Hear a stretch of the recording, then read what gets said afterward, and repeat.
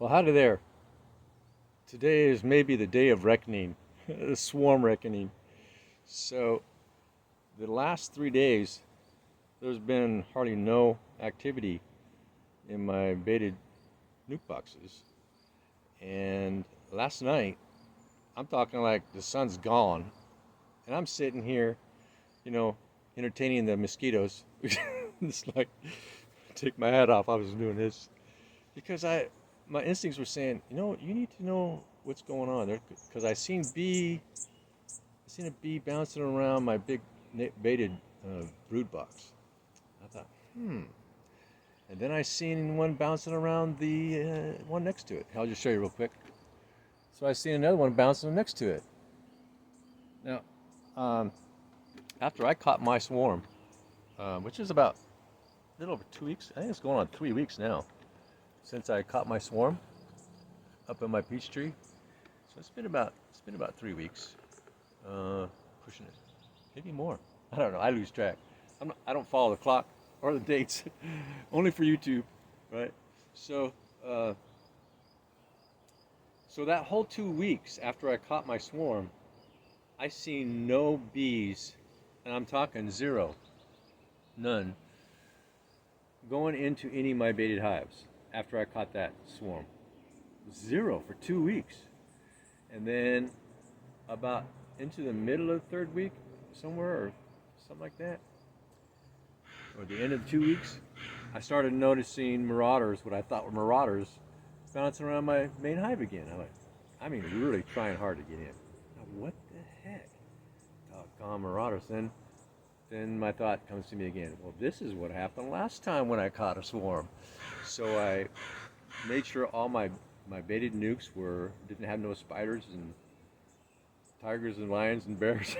I made sure they were clean. I rebaited them with some more lemongrass oil, and I'll be doggone. Uh, oh, my phone dropped me. I'm back. Oh, please subscribe, thumbs up, ring the bell. If you don't mind, kind of treat this like a restaurant. You go to a restaurant, you leave a little tip. Yeah, just look at it as a tip. Your tip is to subscribe, right? That's just a metaphor. I'm not offering any food, just content. And uh, what's happening now is I've got all these bees just buzzing like crazy. I haven't checked my one of the cherry trees, about 60 yards away. I checked it this morning when I got up, not one single bee. Um, my hope is that they'll go here. And so uh, there's a lot of bees going in there. It's really busy. You can look here. So there it is, pretty busy. It was a lot busier earlier. There was a lot more growth, and I had not seen that. The last time I seen that kind of activity was when I got a swarm. That was the last time. So it's been about 3 weeks since I caught my swarm, and that's the activity that I saw right before I caught my swarm. And so the whole 2 weeks or more, or right around 2 weeks after I caught my swarm, I had all these baited hives nukes, and I did not see one single bee going to any of them. And now here the cycle starts again. So there's swarming getting ready to come from somewhere. So I'm gonna try to get this swarm coming in this time. Last time I had to run. It came in so fast. I got up and ran. Not only that, I didn't have my phone sit when I was sitting here. I didn't have my phone with me. But this time, um, because they're not coming right at me, um, they're not coming. They're not going to come right at me. The other one, I was sitting right here in this cove. I call it my bee cove, and they occupied this chair while I left. And I got my phone, came back. They were occupying this chair and everything else in this whole cove, and dense. I would have been covered in bees. I'm talking totally covered, and so you can see the activity. So this is, what I'm doing here is a lot for people who are wanting to catch a swarm or have a hive, and they like to catch a swarm. They what by having at least one hive You're going to have always have bees investigating your hive. It's just what they do. What's my neighbor doing? I don't know. Go check on my neighbor. And by that, and they all do that with each other, checking on their neighbors. And so, by having at least one hive, we can have a really good chance of catching a swarm wherever we want them to swarm to. Now, initially, when I first noticed that, had that epiphany, I put 6 baited nuke boxes all over.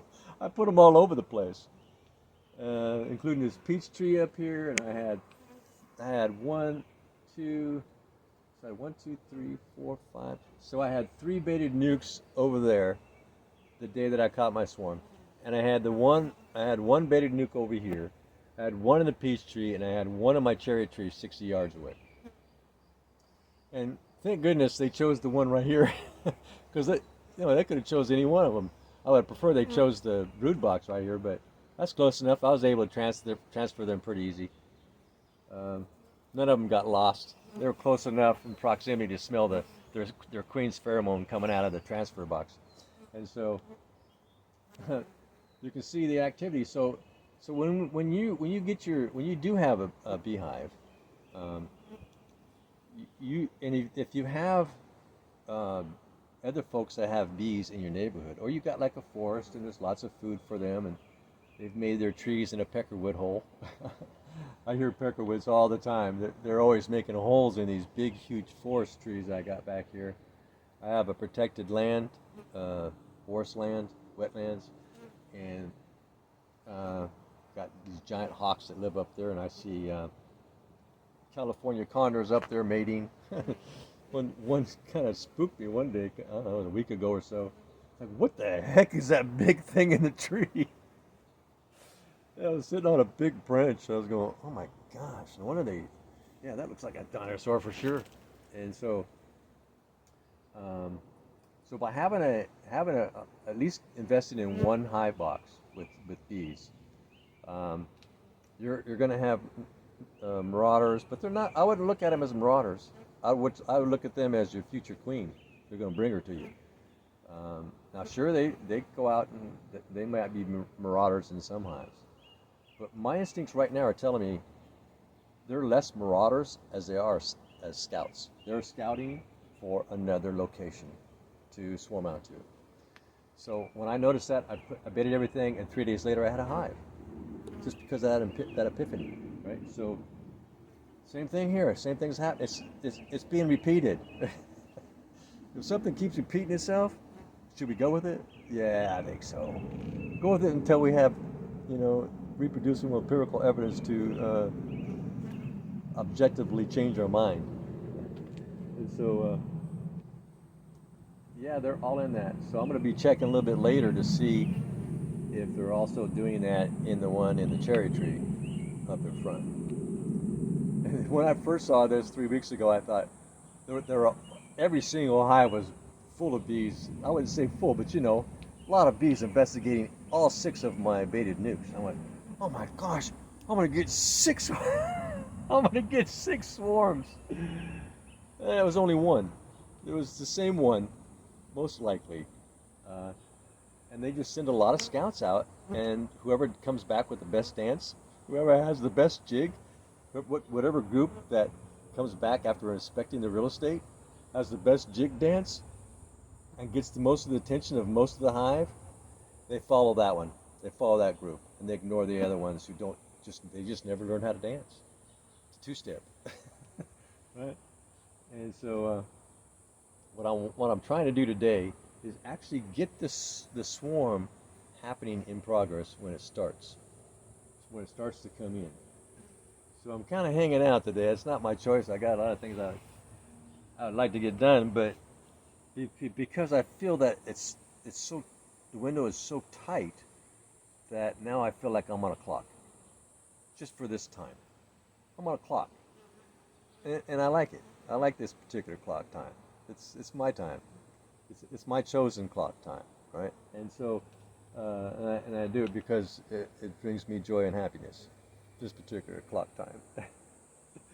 And so, it's kind of exciting, you know. It's exciting. It's a joy. It's a happiness. It's a fulfillment. It's a good time, right?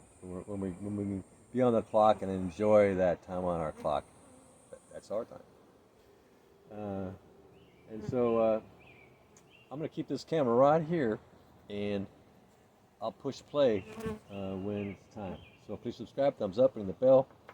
Leave me a tip by subscribing. To me, I see it as like a tip. Just leave me a tip and just subscribe. That's all it is. Not even a penny. And so I'll keep you updated. This might be an exciting day. Bye now.